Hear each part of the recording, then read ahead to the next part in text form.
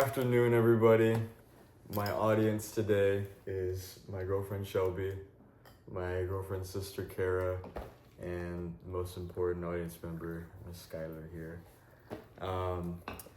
I have a question for y'all. Whenever you think of 80s rock and metal, what do you think of? Maybe long hair with a lot of hairspray, very glam outfits. Maybe you think of very intricate guitar solos. You can specifically think of certain things whenever you think of 90s rock and metal. 80s rock and metal. But when you think of 90s rock and metal, there's not many specific things that you think of. It's very much a variety of a lot of things, a lot of birth of many different genres and styles. There's not one specific thing that you can pinpoint other than maybe, grunge or pop punk or even Midwest emo. But there's not a specific one thing like the 80s that you can think of. So today we're going to be talking about the influence of 90s rock and metal that has made its way into the modern world and everything that in between and how it happened. Don't let your nasty opinions linger. Give me some grace to describe this to you in a nutshell. And before we start, I need to get some deodorant because you smell like Teen Spirit. So with that being said, we'll go ahead and get started. So, All right. The era of 90s rock was influential for many reasons. Some of the reasons are the simplicity of style and music. I'm so sorry about my audience. Sometimes the more complex does not mean the better. I have to cough, that's why. No, it's okay. For that, from the 80s being very intricate and very complicated for a lot of their musical and even fashion styles, going straight into the 90s, it was a big switch. It didn't happen very, cordially. It happened very abruptly, where the 90s are known for power chords and not as much guitar solos. They're much more known for their simplistic styles.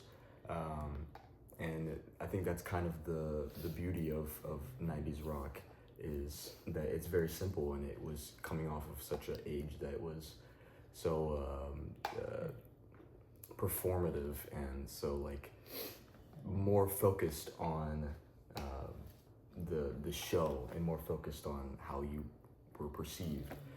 But 90s rock was very much more about the music and being more about the energy and the aggression and how loud they were, and the lyrics and how much more that meant to them than just how they were perceived on stage.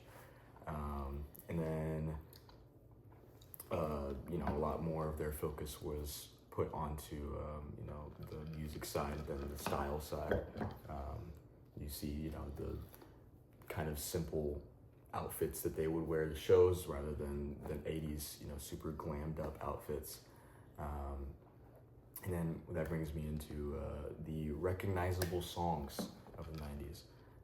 You have your 80s songs that are recognizable. Not as many of them are rock songs. A lot of them are R&B, because R&B had a big emergence in the 80s. But in the 90s, almost all of the recognizable songs are rock songs. Like Smells Like Teen Spirit, you have Linger, you have all of these different songs that were very recognizable in the 90s. And then you have all your different genres that had these big artists were so influential. For indie rock, it was more like Jeff Buckley. For grunge, you had Nirvana. Soundgarden. For pop punk, you had Green Day. You had Blink-182. A lot of big emerging bands that are household names to this day. Whereas with the 80s, it's very much not recognizable, most of these bands, compared to all of the recognizable bands in the 90s. that brings me also into my final point, which is the creation of many new genres. As like I said, with grunge, pop punk had its emergence in the 90s as well. But even with smaller genres such as Midwest emo, shoegaze was invented in the 90s as well. A lot of energy that brought people into the simplicity of the 90s also brought a lot of creative freedom.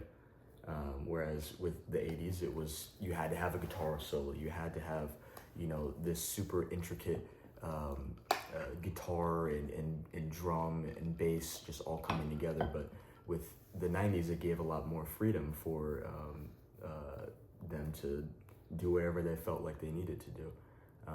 So like I said, you had your pop punk, your shoegaze, Midwest emo was beginning in there as well.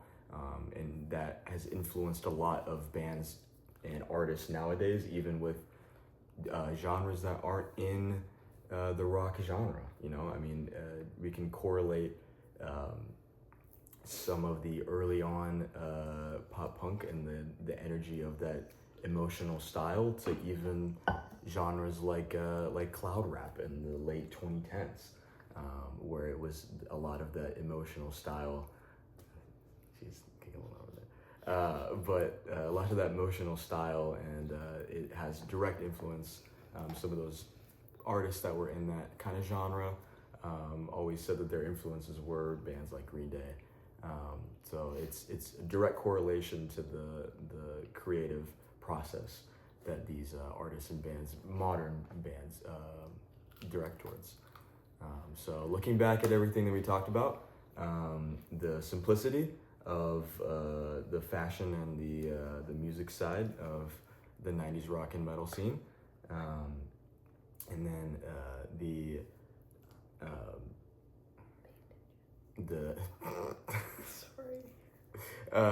the recognizable songs of the 90s, very much, if you go up to a random middle-aged man and you start singing Basket Case to him, there's a 90% chance that he's going to understand what you're talking about, and that's a proven fact. And then the fresh new genres that were created in the 90s, and a lot of the modern influences that have came from being influenced from the 90s rock. So if you go up to it goes from anything from way back in the 90s to modern day now. If you hear your middle-aged divorced dads at a bar singing a Soundgarden song way too loud, that's all influenced by 90s rock and metal, and it's not talked about enough as much as the 80s because of it didn't have the super big production like the 80s did. So if you learned anything today, please let it be just because your favorite rock star never showered, it does not mean you shouldn't either. Thank you. Good night.